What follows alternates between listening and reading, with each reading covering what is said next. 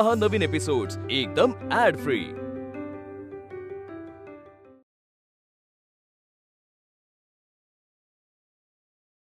बाबा, माझ्या इच्छेविरुद्ध लग्न लावून देण्यापेक्षा तुम्ही माझा जीव का नाही घेत? म्हणजे तुमचाही त्रास कमी होईल आणि मी मोकळी होईल। हा का आर्या, तू असं काय बोलतेयस? आणि तुम्ही जरा शांत बसा। अहो नाहीये ना तिची इच्छा लग्न करायची, मग तुम्ही का मागे लागलाय तिच्या? आयुष्यभर आपली मुलगी अविवाहित म्हणून घरी राहिली ना तरी आपल्याला जड नाहीये। आई आई अगं मी अविवाहित नाहीये ग। माझं मनाने सारंगशी केव्हाच लग्न झालंय आणि लवकरच मी त्या घरात असेल आणि मुक्ता कायमची घराबाहेर। तुम्ही काहीच बोलू नका, वेडी नाहीये ती। हा, तिची कंडिशन समजून घ्या ना। ज्या घरानं तिला सून म्हणून स्वीकारलं त्यांनीच तिच्या स्वप्नांचा चुराडा केलाय। माझ्या लेकीचा संसार सुरू होण्याआधीच मोडला। आई आहे मी तिची, तिचं मन मला नाही कळणार तर कुणाला कळणार? काही गरज नाहीये तिचं लग्न लावून द्यायची। आई रडू नको बाळा। थँक्यू, तू मला समजून घेतलं। हा मी आहे।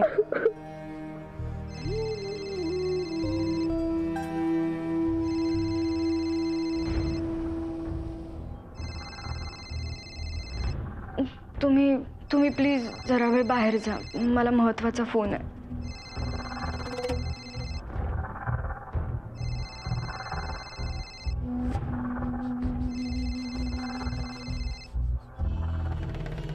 काय बरं आहे ना? डायरेक्ट कामाचं बोललत ना तरी चालेल। थोडी अडचण होती, 1 लाख रुपये पाहिजे होते अर्जंट मध्ये।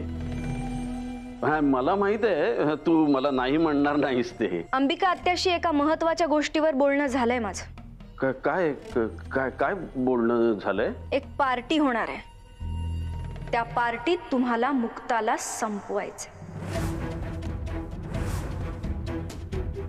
आणि यात तुमचे 2 फायदे होतील। एक तर तुम्हाला पैसेही मिळणार आणि तुमचा बदलाही पूर्ण होणार। हो मी तयार आहे। त्याच कामाचा ऍडव्हान्स देतीये समजा। हा, पण आपण हा ऍडव्हान्स एकदम किरकोळ समजूया, कारण जीवाची किंमत फार मोठी असते नाही का? तुम्ही आधी मुक्ताला संपवा तर हवे तेवढे पैसे मिळतील। ठीक आहे, मी तयार आहे, पण प्लॅन काय? ते सगळं मी नंतर सांगेन। आणि हो, त्या घरात काय घडतंय हे मला प्रत्येक वेळी समजलं पाहिजे। तुम्ही खबरी आहात तिथले माझे।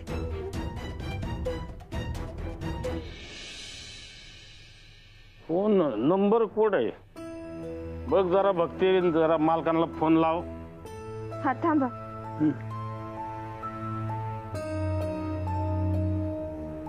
हा दर लागला? हा रिंग जाऊ राहिली। हॅलो हॅलो हॅलो हॅलो बोल।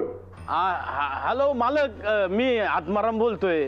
बोल बोल। नाही काही नाही, ते गुराळातून ताजा गुळ भेटतोय, तर म्हटलं 2-1 ढेपी तुम्हाला पाठवाव्यात। पाठव पाठव, आज गोळाचा दिवस दिसतोय। हा, मुकाने मस्त शिरा बनवलाय। काय? नाहीतरी मुक्ता राहू की तू बनून माझ्या कुंडलीमध्ये धुमाकूळ घालते। तिच्यामुळे मीच माझ्या सासूरवाडीचा दुश्मन झालो। माझ्या इज्जतीची माती केली तिने।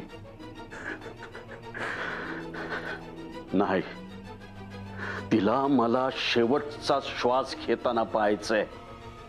मुक्ताला मुक्ती ही मिळालीच पाहिजे, आणि तीही माझ्या हातून।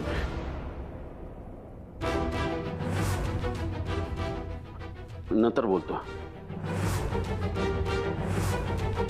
काय समजलं नाही मला, म्हणजे ते मुक्ता शिरा काहीतरी तुम्ही म्हणत होतात ना? मुक्ता नाही बाबा, शिरा शिरा पाठीच्या शिरा अशा ताणल्या गेल्या आहेत, ते दुखलंय। काय झालं? दुखतायत होय? पाटीच्या शिरा का?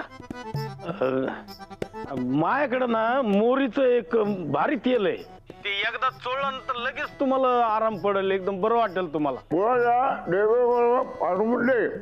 हा हा होय, पाठवतो पाठवतो. मालक अहो एक विचारायचं होतं. नाही आमची मुक्ता घरदार नीट सांभाळते ना? मालक माझी एक विनंती होती तुम्हाला. म्हणजे माग जे काय झालं गेलं ते सगळं विसरून आहे ना, आमच्या मुक्ताला जरा तुमच्या पायाजवळ जागा द्या. पायाजवळ? हा मालक काय समजत नाही हो, तुम्ही काय बोलताय ऐकायला. गुळ पाठव, गुळ पाठव, तेल पाठव. बरोबर नको ठेवायला फोन केला. मग तू शिरा खातोय.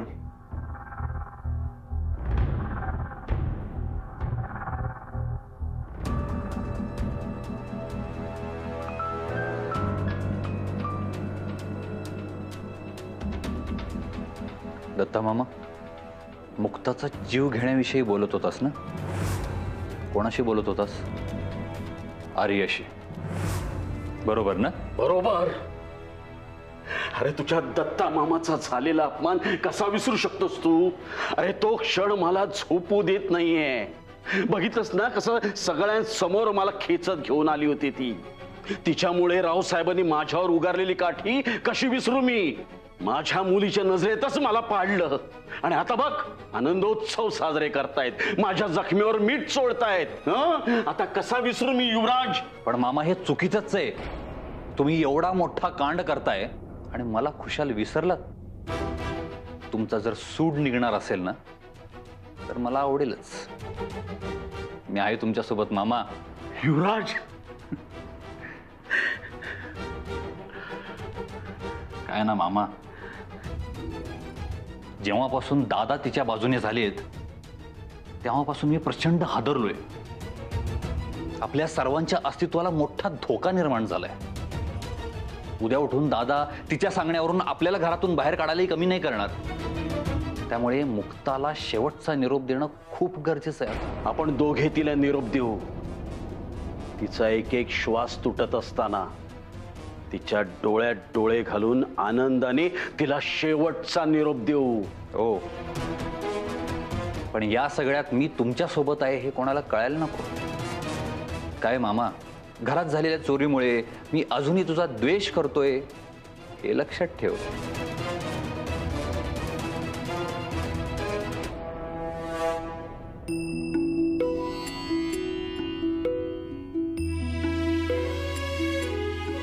हे काय? मुगाचा शिरा थोरल्या नगरकरांनी खाल्लाय, आता धाकल्या नगरकरांना खायचाय. दादांनी खाल्ला? खाल्ला, चाटून पुसून खाल्ला. त्यांना लय आवडला. आवडणारच. मुक्ता, तू इतक्या प्रेमानं बनवतेस ना की त्यातला जिव्हाळा पदार्थांमध्ये उतरतो. कोणाला आवडणार नाही असं होणारच नाही. मग आता तुम्ही खा. अगं नको मुक्ता, माझ्या मागे खूप गडबड आहे. 3-4 अर्जंट मेल पाठवायचे मला. मी नंतर खातो. नाही नाही, तुम्ही आत्ताच खा. मी एवढा प्रेमानं बनवून आणलाय, तुम्ही असं कसं म्हणताय?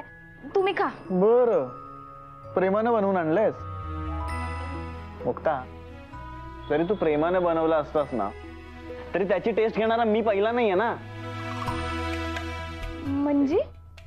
म्हणजे मुक्ता, तू जे काही पदार्थ बनवतेस ना त्यातली पहिली टेस्ट मला घ्यायला मिळतच नाही. त्याची पहिली टेस्ट एकतर दादा घेतात किंवा भाऊ काका. माझ्या वाटेला काय येतच नाही. अगं पदार्थ सोड, माझ्या वाटेला तू पण नाही येत ग. दिवसभर सतत दुसऱ्यांच्या सेवेमध्ये बिझी असतेस. दिवसभर नसले तरी रात्रभर आपण सोबतच असतो ना. हो, डोळे मिटून मस्त झोपलेले असतो. एकतर तू दमलेली असतेस किंवा मी दमलेला असतो. आणि मुक्ता, मला ना फक्त तू रात्री नकोस का, दिवसभर माझ्या सोबत हवीस. सतत ना माझ्या नजरेसमोर तू अशी मला सतत हवी असतेस. दिवसभर तुमच्या नजरेसमोर राहिले म्हणजे झाला आपला संसार. खाऊन घ्या आणि सांगा आवडला का.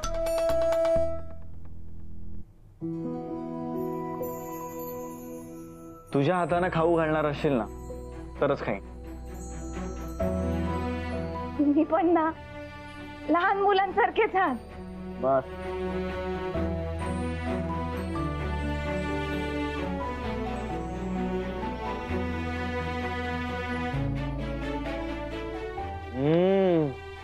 वा, एक नंबर झालाय.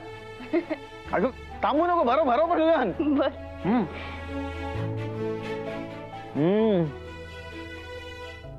I just love this. And I love you too.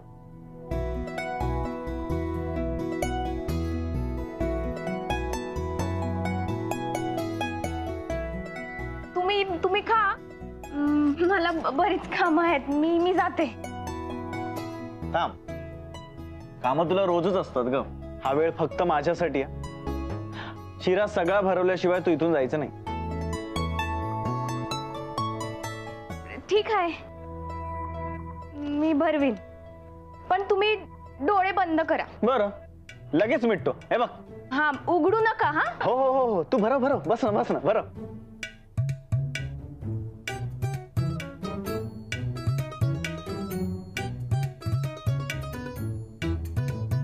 Mukta, तुला तर ना मी सोडतच नाही.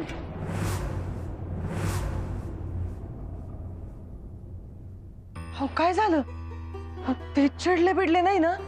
नाही, चिडले नाही. गुळ पाठवून दे म्हणले. मुक्ताबद्दल काहीतरी बोलत होते, पण ते काही कळलं नाही मला. काहीतरी खात होते वाटतं ते. अच्छा,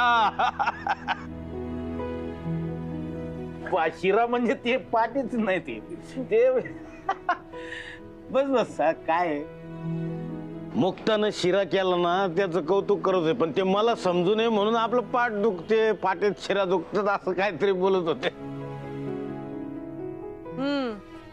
तुम्हा पुरुषांना ना कौतुकाचं वावडच आहे. आम्ही बायका बघा कशा तोंड भरून कौतुक करीतो. बाई आणि पुरुषात फरक असतो तो हाच. अगदी वेळेवर आपण गुळ पाठवतोय म्हणजे आता मालकांना मुक्ता गुळाचा शिरा करून खाऊ घालील. एकदम चवदार. मालक पण खुश.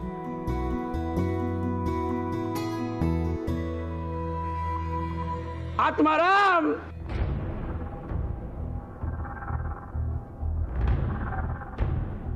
तो लाजू लाजू झाला, तो खाजू खाजूच मिळाला.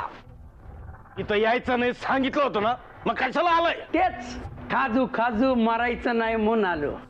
काय खरूच झाली का काय? नाही, कुत्रे म्हणल्यावर खरूच होणारच नाही का?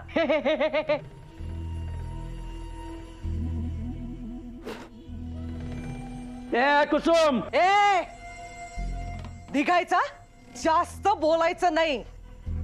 तुला म्हणून सांगते, मुक्ताच्या घरी सगळं व्यवस्थित आहे. आणि मोठ्या मालकांना एक फोन करून सांगितलं ना की तुम्ही इथं येऊन आम्हाला त्रास देताय, तर तुमची चामडी सोलून वाळत घालतील ते. ए, आमची चामडी सोनार तू? तू ह्या तर ए वैरू, आहे का तू? शांत हो. अरे आपण इथं आनंदाचा क्षण साजरा करायला आलोय. आत्माराम, आम्ही भांडायला आलो. आपल्या भक्तीला मोठ्या घरातून स्थळ आलंय म्हणून आलो. यांना कसं समजलं? कुत्र्यांपेक्षा चांगला वास येतोय म्हणायचं यांना. आता काय म्हणायचं ते मन. पण लग्न जमलं की नाही? खरं का नाही आत्माराम? तुम्हाला कोणी सांगितलं? अरे एवढं छोटं गाव आपलं, नदी जवळ शिंकलं ना तरी येशी पाशी ऐकायला येते.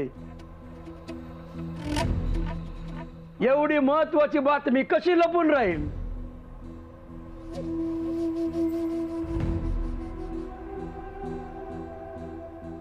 तसं बी महानाक कुत्र्याचं आहे आणि कान घुबडाचे आहे.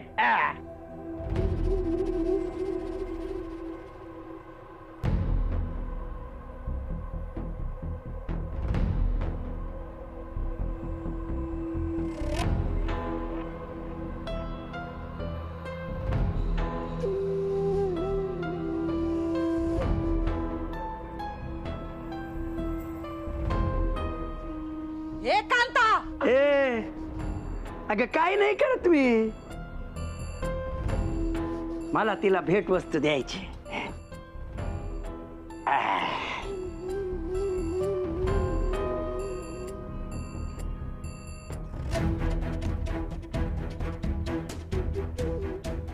ए भक्ती, हे तुझ्यासाठी.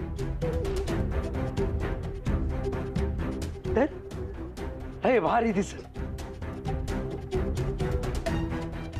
डोळे बंद केले ना की तुझ्या गोऱ्या कपाळावर चमकणारी बिंदी पाहतो मी. लग्नात खतरनाक दिसशील. काय नकोय मला तुझं. ए भक्ती, तू ही वस्तू तिला नको आहे. चल नाही घेतून. तू याशी कसं वागू तेच कळत नाही. 4 शब्द प्रेमानं बोलायला गेलो तर नागावानी फाना काढतो तू. म्हणलं भक्तीचं लग्न मोठ्या घरात होणार आहे, तिला भेट वस्तू द्यावी. माझ्या हातात हात दिला असता तर सोन्यानं मडवली असती तिला. मला माहितीये माझ्या नशिबात भक्ती नाहीच आहे, पण किमान भेट वस्तू तरी घे.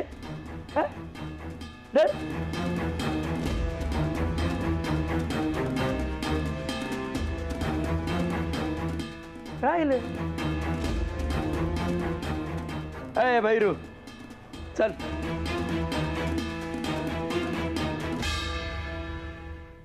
कांता शेठ, हो कांता शेठ थांबा ना. थांबा ना जरा, थांबा ना तुम्ही. तुमचा काय विषयच कळणार राव. अहो ती माया नशिबात भक्ती नाही म्हणताय आणि वरून तिला गिफ्ट पण देत आहे. माव बोलणं मोठं होऊ द्या साठ लोट. कसं आहे भैरू, जी गोष्ट हिसकावून घेता येत नाही ना ती फुस लावून घ्यावी लागते. भक्तीला स्थळ आलंय, तिचं लग्न पण होणार आहे. पण स्थळ कसं आलंय, कुठून आलंय हे आत्मारामला माहीतच नाहीये. म्हणजे नेमकं तुम्ही भन्नाट आयडिया लावलेली दिसते. लई बेकार, लईच बेकार. भक्तीचं लग्न होणार दुसऱ्या बरोबर, पण पण पण पहिली रात्र साजरी होणार मायासोबत.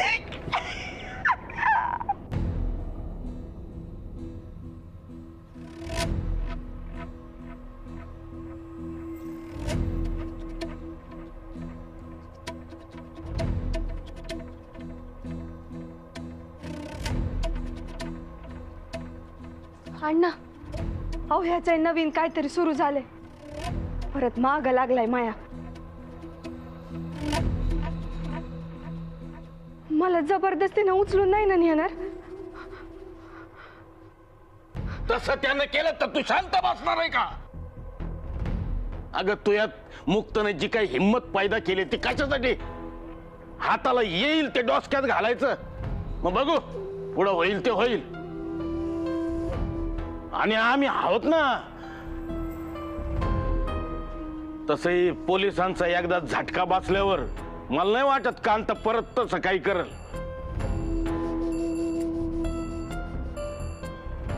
पण त्या कांताचा विचार काय आहे ते काही कळत नाही.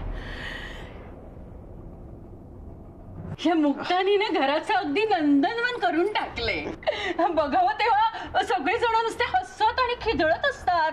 काय भुरळ घातले घरच्या माणसांवर हिनं, कुणाच ठाऊक नाही. माधवी, अगं ह्याला भुरळ नाही म्हणत, ह्याला म्हणतात मेंदूवर ताबा घेणे. बघ ना आता सारंगच काय, हळूहळू थोड्या दिवसात अख्खं घर हिच्या तालावर नाचायला लागेल. आणि पाहिलंच ना रेणुकावर कसं इम्प्रेशन पडलं तिच्या लग्नाचा घाट घालून. आणि आठवते का तुला माधवी, ती लग्नाची बोलणी चालू होती तेव्हा तिच्या सासरच्या माणसांनी भाकरी करायला सांगितली रेणुकाला. तेव्हा कसं भाकरी करायला हिने मदत केली ना. पण रेणुकाच्या सासरच्या माणसांना हिने फसवलं. ह्याला फसवणंच म्हणतात ना. हा, तुला काय वाटतं? हे सगळं चुकीचं आहे ना. आणि बिचारा माझा दादा, त्याला तर हिने घोळातच घेतलंय. पाहिलंच ना हिच्या कार्यकुशलतेवर किती इम्प्रेस झालाय दादा. काय काय उपमा दिल्या तिला. लक्ष्मी काय सरस्वती काय, अरे बापरे बापरे बापरे. काय ग मुक्ता, हे हे सगळं कसं जमतं? म्हणजे ही माणसाच्या मेंदूवर ताबा घेण्याची अघोरी विद्या कुठून शिकलीस तू? या अघोरी विद्येला प्रेम म्हणतात. फायदा तोटा याचा न विचार करता निस्वार्थपणे केलेलं प्रेम. मला कुणालाही गोल करायची किंवा भुरळ पाडायची गरजच नाही. मी तर म्हणते तुम्ही पण शिकून घ्या ही प्रेम नावाची विद्या.